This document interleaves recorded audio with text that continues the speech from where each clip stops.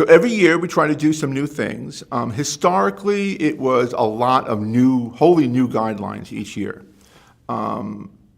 We find that we're doing one or two of those a year, but there's some other changes that we do because the diagnoses or procedures that are not already in ISC that need to be is getting smaller and smaller.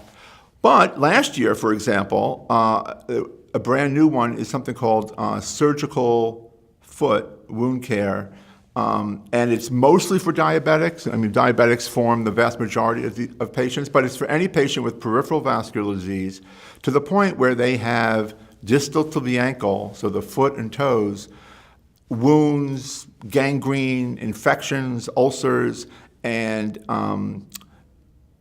it's a complicated situation to decide which procedure they need, as well as is it going to be inpatient or outpatient? And if it's inpatient, how do I know when they're better enough that I can now flip into home health care or some other level of service? And there's a wide range of, you're in the hospital on IV antibiotics for 2 weeks.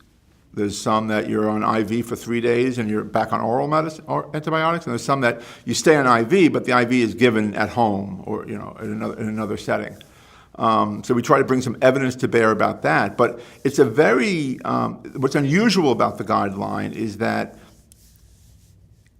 getting the procedure is usually not the hard part. So the indications, the only thing I can think of is we do say that for ulcers or wounds that are purely ischemic, so there's not an infection, it's just the vessels are bad and the skin is dying because it's not getting enough oxygen, that the treatment is to fix that with vascular surgery to improve the circulation, not so much playing with the wound, because it's hopeless, it's not going to work if there's not enough oxygen. Other than that, and information on how to make a diagnosis of osteomyelitis and what is the gold standard and how you identify which bug is the bug infecting it. The big decision that our guidance is trying to help with is level of care. So that somebody needs this procedure is usually not a tough decision. And even which procedure is going to be done changes mid-procedure depending on what they find sometimes. But can this be done as an inpatient? Is this to be done as an inpatient or an outpatient is a important variable, certainly for cost-wise. It's much more expensive. The same procedure is much more expensive inpatient.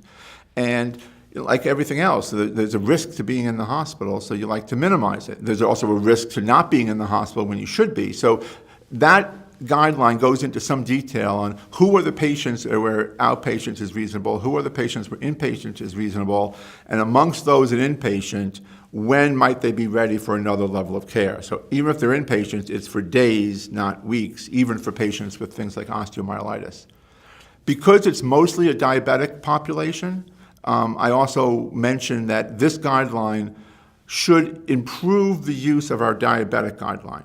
Because, previous to this guideline, if somebody had really bad diabetes, it was poorly controlled, and it's poorly controlled mostly because they have a terrible foot infection, they sort of put them in diabetes guideline in terms of where to, but that is not going to help them manage them very much. The sugar per se is not the problem, it's the foot.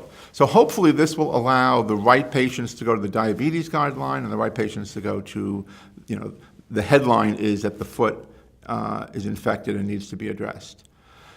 And this is very, very common. This is it's a very common set of procedures.